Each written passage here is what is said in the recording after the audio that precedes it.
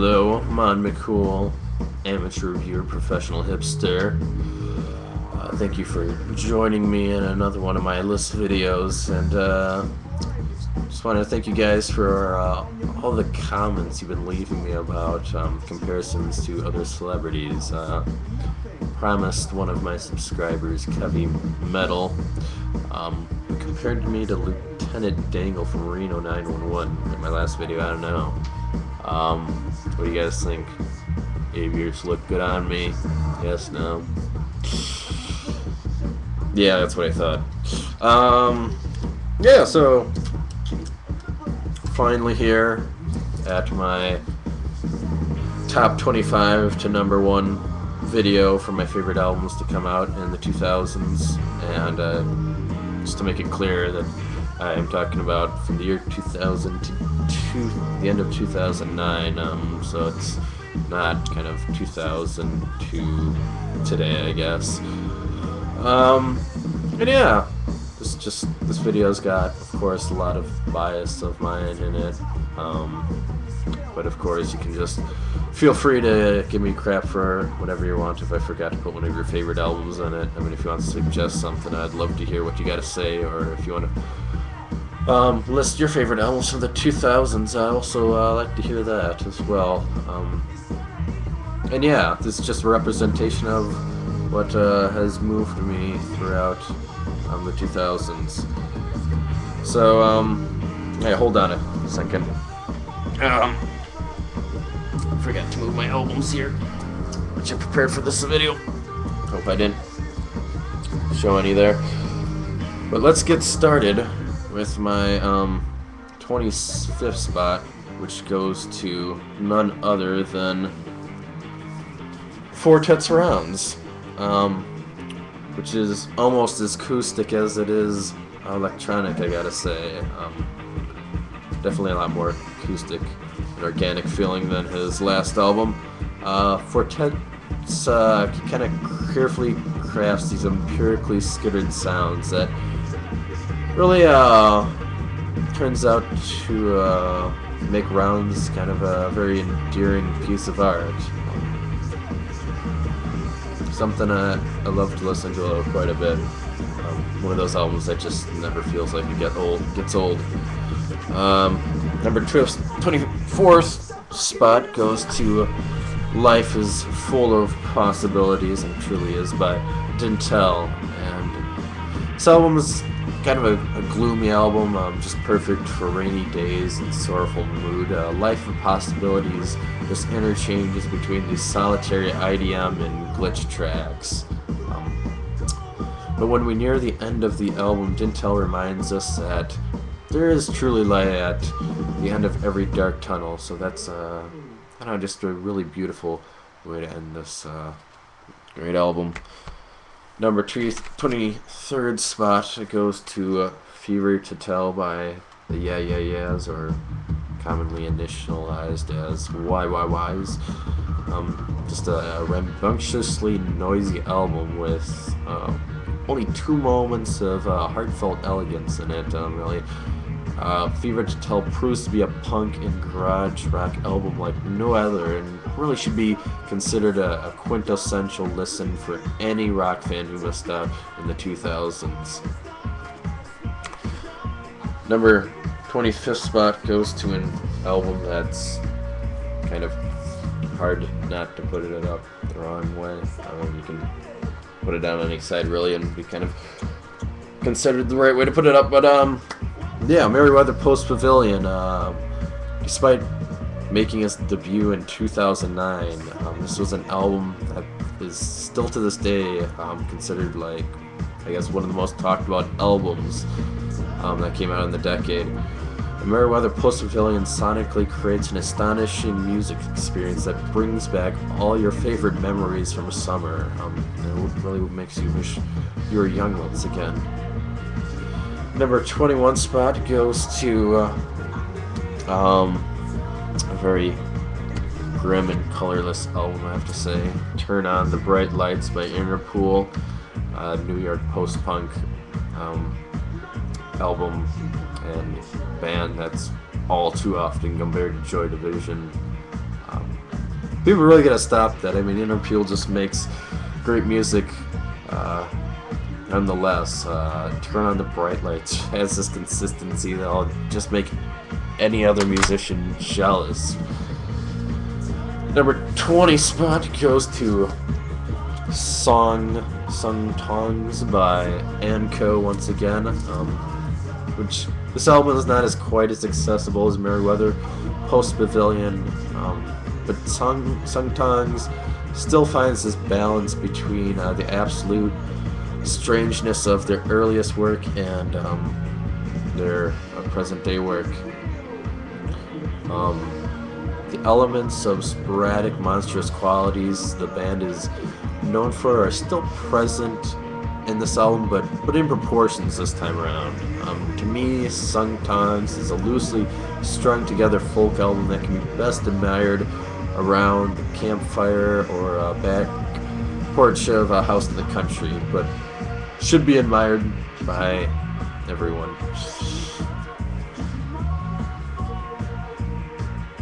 Number 19, giving it to Return to Cookie Mountain by TV on the radio. And even at just 11 songs, Return to Cookie Mountain sounds like a brilliantly ambitious album. The vocal harmonies and instrumentation on Return to Cookie Mountain creates a powerful wall of sound that will make you want to jump out of your seat due to all of the energy that's built up inside this album.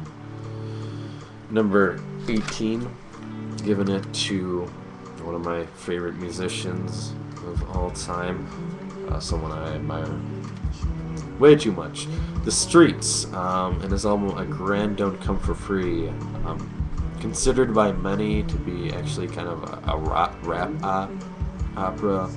Ever heard of it? I'm sure you've heard of a rock opera, but A Grand Don't Come For Free follows the daily life of just an ordinary bloke who lost 1,000 quid at the beginning of the album. However, A Grand Don't Come For Free is more wrapped up in a variety of ordinary life experiences like gambling, cocaine, friendships, and relationships gained and lost.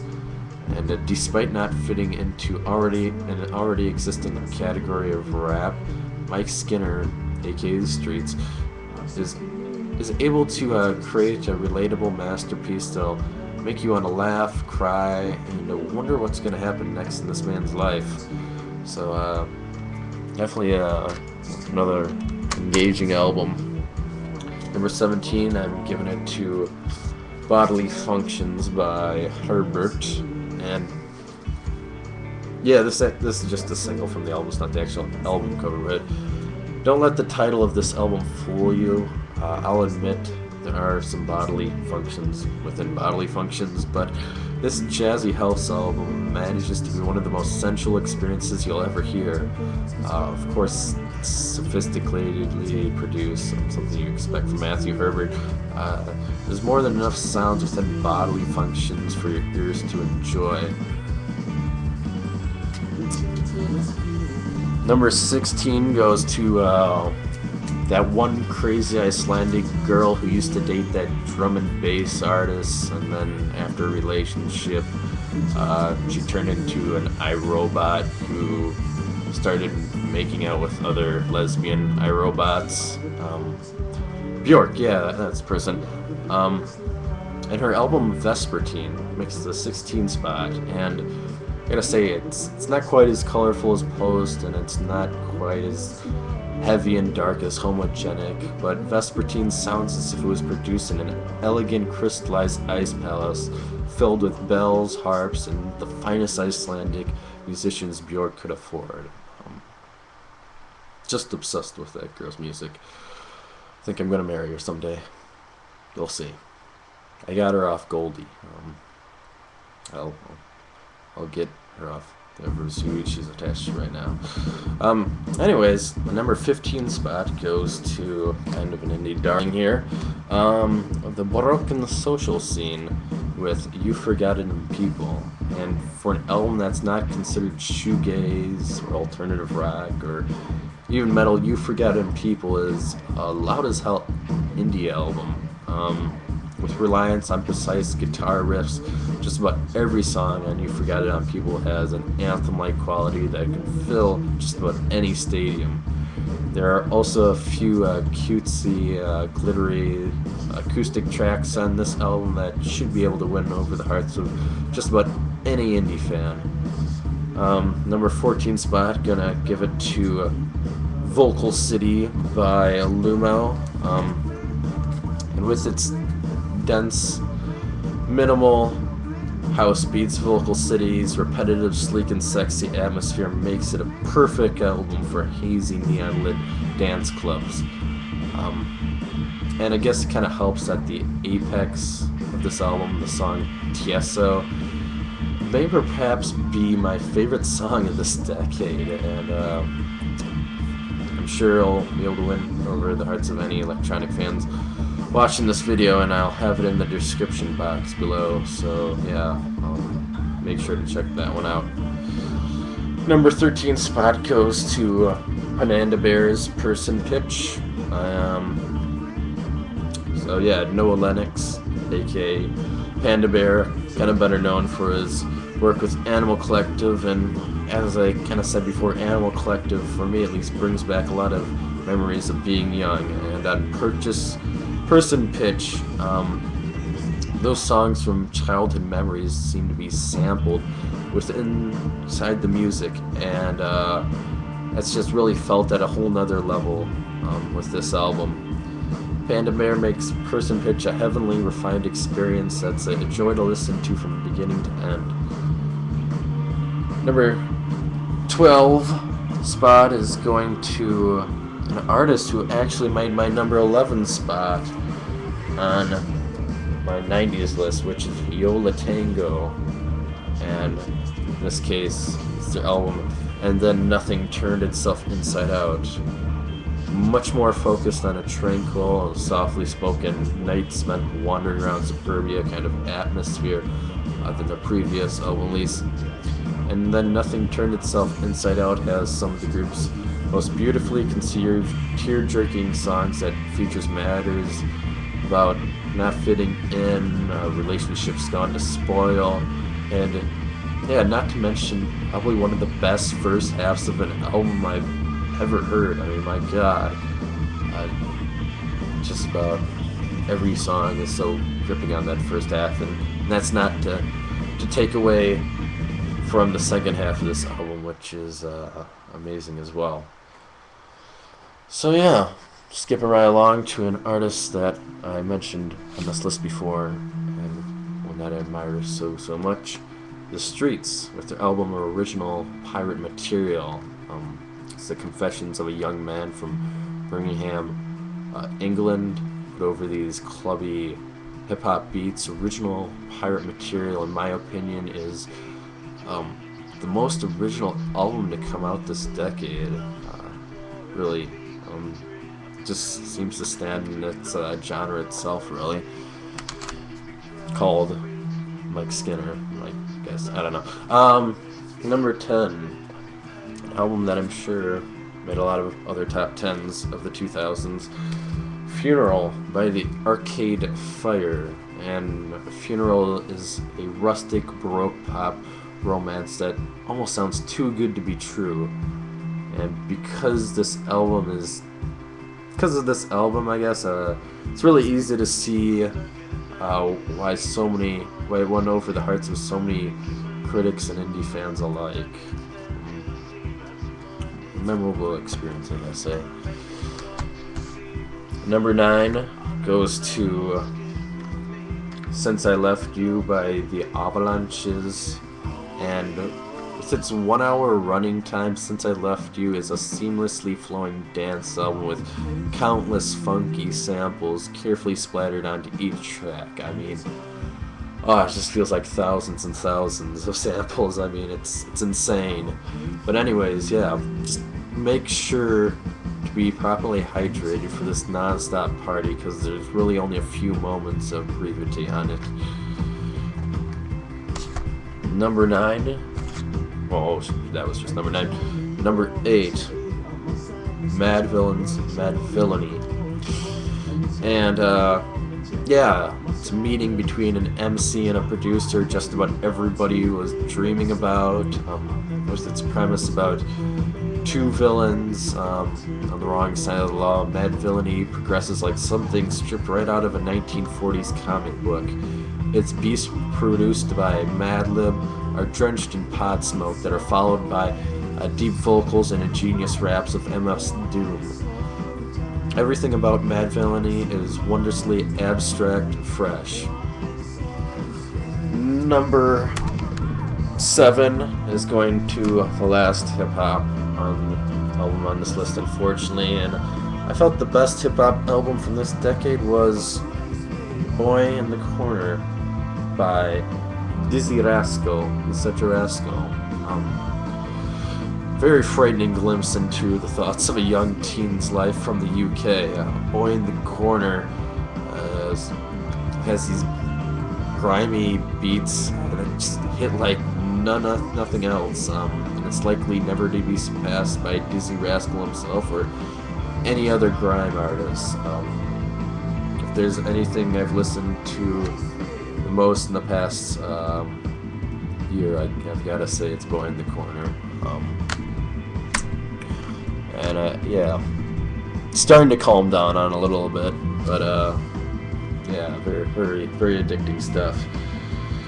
Next, Harmony and Ultraviolet by Tim Hecker makes my number 6 spot, and Tim Hecker is an experimental ambient musician who creates these sad gray soundscapes. For me, Harmony and Ultraviolet's loud drones brings to mind what it would be like to experience the Earth on its final days. There are moments of peace, like in Harmony of Blue, where it sounds like the dust is settling because of the ambience in the song, and then there's moments that will follow with these just catastrophic booms, like in Radio Spiricom, whose sound is just so overwhelming. You could only imagine structures like skyscrapers or mountains collapsing to the ground. Harmony and Ultraviolet is truly a glorious achievement in ambient music. Making it into the number 5 spot is Come Feel the Illinois by Sufjan Stevens, and a following to an album on his home state of Michigan. Sufjan Stevens conjures up just an even more ambitious album with Come Feel the Illinois, or Come On Feel the Illinois. But yeah, just overly ambitious, and it covers all these aspects of Illinois' history and geography, ranging from topics, I mean, just about as absurd as the world's tallest Superman statue, UFO sightings, clown rape. Some songs are heavily orchestrated, others are short and sweet bluegrass tunes, as well as there's some drifting ambient piano melodies. And yeah, there's just much more to offer on Come Feel the Illinois as well. It's a singer-songwriter album that is kind of inconceivable proportions. Making it in my number 4 spot is... Oh shoot, yeah, I'm getting this right, okay. But I'm getting it upside down, of course. The Glow Part 2 by The Microphones. The Glow Part 2 is certainly one of the most haunting albums I've ever heard, with how distorted and dusty all the instruments sound. Kind of feels like it must have been recorded in an old wooden shack that has been abandoned for about 100 years. The feeble cries of the lead singer Phil Ulverum. He's from the United States. I'm not trying to put an accent on that. I just don't know how to pronounce it correctly. He carefully strums his guitar that kind of sounds like it's coming from this dense fog. Makes The Glow Part 2 an unsettling listen that you surely won't regret experience. Amazing, amazing long album. Number 3 spot goes to Godspeed You Black Emperors. Lift your skinny fists up to like a 10 is to heaven. Post-rock legends, of course, and once again they deliver with their best orchestration to date. And with what I personally think makes Lift Your Skinny Fists Up like Antennas to Heavens, the group's finest work, is what makes it different from all the other albums that they've created. The swirling, uplifting trumpet section on the album's opener, the static beginnings that are played before emotional speech voiced by a desperate preacher, and the cheerful banjo that is played before the creepy, unsettling sounds that come in at its album's closer. Just make it an amazing experience like no other. I mean, I'm not going to go into details about everything, but I just wanted to say that Lift Your Skinny Fist Up Like Antennas has more to offer than any other orchestrated post-rock album, just within its 4 songs. So, yeah.